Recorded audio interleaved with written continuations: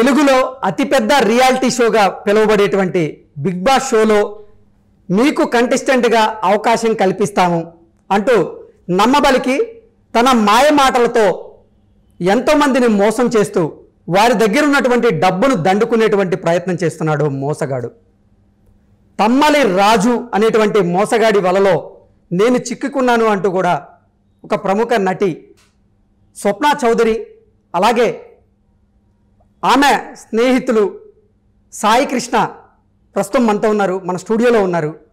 అసలు తమ్మలి రాజు ఏం చేశారు, తమ్మలి రాజుకు స్వప్నా చౌదరికి ఎలా పరిచయం అయింది, తమ్మలి రాజు స్వప్న దగ్గర ఎంత ధనాన్ని దోచుకున్నాడు, అసలు ఎటువంటి మాయ మాటలు చెప్పారు అనేటువంటి విషయాలను మనతో షేర్ చేసుకునేందుకు స్వప్న మనతో ఉన్నారు మన స్టూడియోలో. స్వప్నతో మాట్లాడేటువంటి ప్రయత్నం చేద్దాం. స్వప్న గారు నమస్తే అండి. నమస్తే అండి. స్వప్న గారు, అసలు ఏం జరిగింది, తమ్మాలి రాజుకి మీకు ఎలా పరిచయం ఏర్పడింది? మీరేమో కొన్ని సినిమాల్లో నటిగా నటిస్తూ ఉన్నారు, మీకు అసలు రాజుకి ఎలా పరిచయం ఏర్పడింది అంటే ఏం చెప్తారు? సో బిగ్ బాస్ షో అనేది అందరికీ ఇష్టమైన షో అది. సో నేను యాంకర్గా ఒక 10 years నుంచి చేస్తున్నాను. ఫస్ట్ 2013-14 నుంచి Khammam local channel Maruti plus and C ఛానల్లో చేశాను. తర్వాత సినిమా రంగంలోకి వచ్చాను. మన Namaste Sethji movie and mystery movie, Tallada Sai Krishna garu ఆ మూవీకి డైరెక్టర్ అండ్ మిస్టరీ మూవీకి కూడా డైరెక్టర్గా చేశారు and Daksha movie producer. So ఏంటి అని అంటే, నేను నమస్తే సేట్జీ అయిపోయిన తర్వాత బిగ్ బాస్ షోలోకి వెళ్ళాలి అనే ఒక ప్రయత్నం కోసం నేను హైదరాబాద్ షిఫ్ట్ అవ్వడం జరిగింది. అంటే సీజన్ 3 నుంచి నేను ట్రై చేస్తున్నాను, బట్ ఖమ్మంలో ఉండి హైదరాబాద్లో మనం ప్రయత్నాలు చేయాలి అంటే కష్టం. హైదరాబాద్ లోకల్లో ఉండి ప్రయత్నిస్తేనే 50%, 75% వర్క్ అవుతుంది. సో నేను హైదరాబాద్ షిఫ్ట్ అయ్యి 1 year అవుతుంది. నాకు ముందు సత్య గారు పరిచయం, మా టీవీలో ప్రసారం అయ్యే ఎవరు మీలో కోటీశ్వరుడు ఆ ప్రోగ్రామ్కి కాస్టింగ్ ఇన్ఛార్జ్గా చేసే సత్య గారు ఫస్ట్ నాకు ఒక 1 year నుంచి పరిచయం. అతను నాకు ఈవెంట్స్ చెప్పడం, లేదంటే స్టార్ మా పరివార్ ప్రోగ్రామ్ గురించి ఎవరైనా గెస్ట్లో ఆడియన్స్ ఎవరైనా ఉంటే వాళ్ళని పంపించమని అడగడం, అది చేస్తుండేవారు. సో మంచి పర్సన్ అతను. సో నేను సీజన్ 7 ఎలాగైనా సెప్టెంబర్లో స్టార్ట్ అవుతుంది కదా అని చెప్పేసి మే మంత్ ఎండింగ్లో అడిగాను, సత్య గారు నేను ఆల్రెడీ ప్రొఫైల్ పంపించాను, నా ఫ్రెండ్ ఉన్నారు తల్లాడ సాయి కృష్ణ, సో తన సర్కిల్ ద్వారా నా ప్రొఫైల్ షేర్ చేశారు బిగ్ బాస్ సీజన్ 7 కోసం. కానీ ఎందుకో మీ ద్వారా కూడా ఒకసారి ట్రై చేద్దాం, మీకు తెలిసిన వాళ్ళు ఎవరైనా ఉన్నారా అని అంటే ఉన్నారమ్మా అని చెప్పేసి తమ్మాలి రాజు అనే పర్సన్ నాకు జూన్ 1st weekలో పరిచయం చేయడం జరిగింది. సో తమ్మాలి రాజు నేను కలిసిన తర్వాత అతను ఏం చెప్పాడంటే, ఓకే ఆల్రెడీ ప్రొఫైల్ వచ్చింది నేను చూశాను, కానీ నువ్వు లోపలికి వెళ్తావు, వెళ్ళిన తర్వాత నీకు పిఆర్ కావాలి కదా, లేదంటే కాస్ట్యూమ్స్ స్పెషల్గా ఉండాలి, నువ్వు ఎక్కడ చేపిస్తున్నావు అని అడిగితే ఏముందన్న ఎక్కడో ఒక చోట తీసుకుంటూనే ఉంటాం కదా, బర్త్డేకి ఎక్కడో మా సిస్టర్ ఉంటారు తన దగ్గరే ఇస్తాను అని చెప్పాను. లేదు నేను చూసుకునేదే మెయిన్ కాస్టింగ్ ఇన్ఛార్జ్గా అని ఫస్ట్ తను నాకు ఏం చెప్పాడంటే, పరిచయం చేసుకోవడమే నేను బిగ్ బాస్ డైరెక్టర్ని, బిగ్ బాస్ మేనేజర్ని అని పరిచయం చేసుకున్నాడు. ఈవెన్ నా మొబైల్లో కూడా అలాగే ఉంటుంది, రాజు బిగ్ బాస్ కంటెస్టెంట్ మేనేజర్ అని ఉంది, కాకపోతే అతను కాస్టింగ్ ఇన్ఛార్జ్.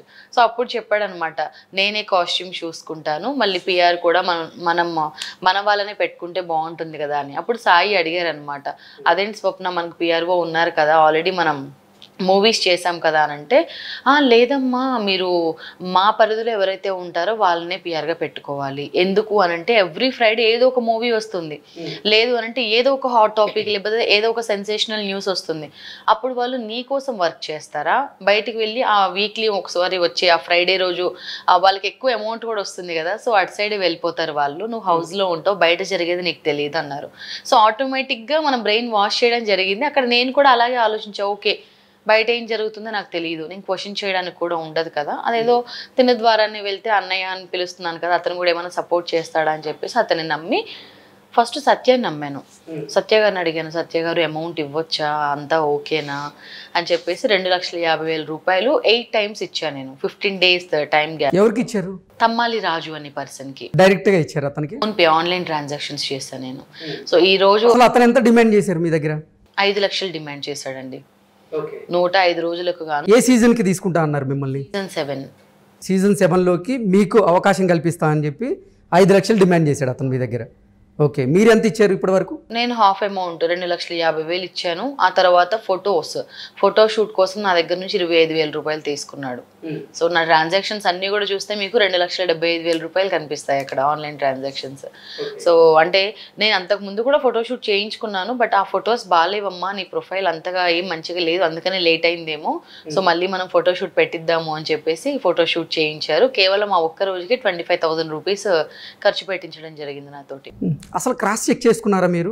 అంటే అతను మా టీవీలో వర్క్ చేస్తాడా లేదా, అసలు ఏ పొజిషన్లో ఉన్నాడు, అతని వల్ల పని అవుతుందా లేదా, ఇటువంటివన్నీ మీరు క్రాస్ చెక్ చేసుకునేటువంటి ప్రయత్నం చేశారా? ఫస్ట్ అతను ఇన్స్టాగ్రామ్ చెక్ చేశాను. సో అతను సెలబ్రిటీస్తో దిగిన ఫొటోస్ కానీ, అండ్ మనం ఇప్పుడు ఎలా మాట్లాడుతున్నామో నేను అతనితో కలిసి కూర్చొని మాట్లాడేటప్పుడు కూడా సెలబ్రిటీస్తో కలిసి దిగిన ఫొటోస్, వాళ్ళతో చేసిన చాటింగ్, నా ముందే ఫోన్ చేసి సూర్య ఎక్కడున్నావు, లేదంటే కీర్తి గారు ఎక్కడున్నారు, ఏం చేస్తున్నారు అని చెప్పేసి వాళ్ళతో మాట్లాడడము అన్నీ చేసేవాడు అనమాట. ఆ తర్వాత మా టీవీలో పనిచేసే ఒక సత్య గారు చెప్పినప్పుడు మనం నమ్మకుండా ఎలా ఉంటాము? ఇప్పుడు నేను ఫస్ట్ నుంచి యాంకర్గా నాకంటూ ఒక ఓన్ ప్లాట్ఫామ్ క్రియేట్ చేసుకొని ఎవరి దగ్గర నేర్చుకోకుండా నాకు నేను ఒక వే క్రియేట్ చేసుకున్నా. బిగ్ బాస్ అనే ఆ షోలోకి కూడా నేనే సొంతంగా వెళ్ళి, ఫ్యామిలీ తరపు నుంచి కానీ ఫ్రెండ్స్ తరపు నుంచి కానీ ఎలాంటి సపోర్ట్ తీసుకోకుండా నేనే వెళ్ళి అందరికి ఒక సర్ప్రైజ్ ఇద్దాం అనుకున్నాను. చివరికి నాకు ఇలా సర్ప్రైజ్ ఇచ్చాడు. డే 1 నుంచి సాయి చెప్తూనే ఉన్నాడు, నువ్వు మోసపోతున్నావు, జాగ్రత్త, అమౌంట్ ఇస్తున్నావు అని. అంటే ఒకానొక టైంలో అతను ఏం చేశాడంటే, తమ్మాలి రాజు అనే పర్సన్, సాయి మీరు డైరెక్టర్ అని చెప్పారు కదా, మీ ప్రొఫైల్ కూడా వచ్చింది, మీరు ఒక 5 లక్షలు రెడీ చేసుకోండి అని చెప్పేసి సాయితో మాట్లాడితే, నేను సాయి మీద అంటే నాకు చెప్పకుండా నాకు తెలియకుండా నువ్వు ట్రై చేస్తున్నావా సాయి, నేను ఎదగడం నీకు ఇష్టం లేదా, లేదంటే నువ్వు ఈ సీజన్ వెళ్ళు, నేను నెక్స్ట్ సీజన్ వెళ్తాను అని చెప్పి తిట్టేశాను కూడా ఒకనొక టైంలో నేను. ఓకే, సాయి కృష్ణ గారు మీరు చెప్పండి, మీరు ఆల్రెడీ స్వప్న ప్రొఫైల్ని మూవ్ చేశానని చెప్పారు, అప్పుడు అవ్వలేదు, వర్కౌట్ అవ్వలేదు, ఎందుకు వర్కౌట్ అవ్వలేదు? ఇంకా తను ఏంటంటే ఇప్పుడు అవ్వలేదంటే నేను ఆల్రెడీ డైరెక్టర్గా 7 సంవత్సరాల నుంచి ఒక ఆర్టిస్ట్గా పిఆర్ టీమ్తో మొత్తం మీడియాతో ఉన్నా కాబట్టి నాతో వాళ్ళు ట్రాన్స్పరెంట్గా ఉంటారు. ఒక తమ్ముడు ఒక బ్రదర్ అనే రిలేషన్లో ఉంటారు నా దగ్గర. సో స్వప్న ఇప్పుడే కదా ఇండస్ట్రీకి ఎంటర్ అయింది, ఇంకా డెవలప్ చేసుకుంటే ఇంకా బాగుంటుంది ప్రొఫైల్. ఈసారి కామన్ అమ్మాయిలా ఉంటే బాగానే ఉంటుంది, కానీ కామన్ అమ్మాయికి స్కోప్ లేదు. అబ్బాయిలకి అదే ఇప్పుడు పల్లవి ప్రశాంత్ వీళ్ళకి ఆల్రెడీ ఫిల్టర్ అయిపోయింది కదా కొంతమంది, అదే అప్పటికి వాళ్ళ పేర్లు చెప్పలేదు, ఎందుకంటే బయటికి రివీల్ చేయొద్దు కాబట్టి వాళ్ళ పేర్లు చెప్పకుండా. సో ఈసారి ఆల్రెడీ షార్ట్ లిస్ట్ అయిపోయింది. నెక్స్ట్ టైం ఖచ్చితంగా తను ఇంకా డెవలప్ అయ్యి ఇంకా మంచిగా హీరోయిన్గానో లేకపోతే యాంకర్గానో తను ఒక ఫెమిలియర్ కంటెస్టెంట్ అయితే ఖచ్చితంగా ఆడియన్స్కి తను మంచిగా ఇచ్చే కంటెంట్ యూజ్ అవుతుంది. సో ఇంకా డెవలప్ అవ్వమని చెప్పాను, పాజిటివ్గా చెప్పారు. ఎవరు చెప్పారు మీకు? ఇక పేర్స్ వద్దు, టీమ్ మెంబర్, అంటే బిగ్ బాస్ యాజమాన్యంలో ఉన్నటువంటి యాజమాన్యానికి సంబంధించిన టీం, ఓకే, ఎవరైతే షార్ట్ లిస్ట్ చేసే టీం ఉంటారో పిఆర్ టీం ఉంటారో వాళ్ళు అఫీషియల్గా చెప్పేశారు. అఫీషియల్గా చెప్పారు, అది ప్రాబ్లం లేదు. ఎందుకంటే ఇప్పుడు నేను వెళ్తా అంటే ఓకే వెళ్తావా సరే అని చూస్తారు, చూసి అయ్యో ఈసారి లేదమ్మా అంటే కామన్గా వెళ్ళిపోతాం, ప్రాబ్లం లేదు, నెక్స్ట్ టైంకి ట్రై చేస్తాం. ఇది ఎక్కడైనా జరుగుతుంది. ఇప్పుడు మనం ఒక ఎగ్జామ్ రాస్తాం భయ్యా, పాస్ అవుతాం, ఒకవేళ ఫెయిల్ అయినాం అనుకోండి మళ్ళీ సప్లిమెంటరీ రాసి మళ్ళీ పాస్ అవుతాం కదా. సో సేమ్ ఇది కూడా అంతే, ఒక ప్రయత్నం అనేది తప్పకుండా చేస్తుంటాం. ఓకే, అంటే మీరు జెన్యూన్గా ఒక ప్రయత్నం అయితే చేశారు, అది విఫలమైంది. అది విఫలమైందని తెలిసిన తర్వాత కూడా మీరు తమ్మలి రాజుని లేకపోతే ఇంకొక వ్యక్తిని నమ్మి మీరు ఎలా వెళ్దాం అనుకున్నారు? నేను ప్రయత్నం చేసే టైంలో ఎట్ ఏ టైం చేశారు. బేసిక్గా ఏం జరిగిందంటే సత్య అనే పర్సన్ దీనికి ఫోన్లో టచ్లో ఉన్నాడు. అమ్మ ఇట్లా నేను కూడా పంపించాను, నువ్వు వాట్సాప్లో నాకు ఈ ఫోటోలు పంపించు, అది పంపించు అంటే నేనేమనుకున్నా అంటే తిని ప్రొఫైల్ అడుగుతుంది నన్ను, నీ దగ్గర ఉన్న ప్రొఫైల్ నాకు పంపించు, లేకపోతే ఈ వర్షన్లో కాదు ఈ వర్షన్లో అంటే ఎడిటింగ్ చేయాలి అంటే నేను మా అసిస్టెంట్ డైరెక్టర్లో చెప్పి ల్యాప్టాప్లో చేయించాక ఎందుకు స్వప్న అంటే చిన్న పని ఉందని నాకేం చెప్పిందంటే, తిని నాకెందుకు చెప్పలేదంటే అరే నీ వర్షన్లో అవ్వలే కదరా నా వర్షన్లో అవి చూపిస్తా అంటే. స్వప్న బేసిక్ ఎలాంటి మెంటాలిటీ అంటే సింగిల్గా తనంతట తను ఫైట్ చేయాలి, తనంతట తను కష్టపడాలి, వేరే వాళ్ళ మీద డిపెండ్ అయితే సపోజ్ ఈరోజు అందరం మంచిగా ఉన్నాం, రేపు పొద్దున ఇష్యూస్ అయ్యి ఏదైనా గ్యాప్ వచ్చాక ఒక పర్సన్ గురించి ఇంకో పర్సన్ ఏం చెప్తాడంటే అరే వీడు నా వల్లనే ఆ స్టేజ్లో ఉన్నాడురా, అది నాకు వద్దు అని తను అంటది. ఒక ఆడపిల్లగా అలా ఆలోచించడం గుడ్, కానీ డబ్బు విషయంలో లేదా ఒక మంచి ప్లేస్కి ఒక మంచి పొజిషన్లోకి వెళ్తున్నప్పుడు ఖచ్చితంగా టీమ్ సపోర్ట్ అవసరం అని నేను తర్వాత చెప్పాను. సో ఇట్లా అడగగానే పంపించాక ఒక 2-3 మీటింగ్స్ అయిపోయాక నా రిజల్ట్ నేను చెప్పలేదు. అప్పుడు తన మీటింగ్ అరే ఇట్లా ఒక మీటింగ్కి వెళ్ళాలి నువ్వు అర్జెంట్ రా అంటే అక్కడికి వెళ్ళాక కట్ చేస్తే సత్య రాజు అనే పర్సన్ హైత్ ప్యాలెస్లో జీవీకే ఆపోజిట్లో ఉన్న హోటల్కి రమ్మన్నారు.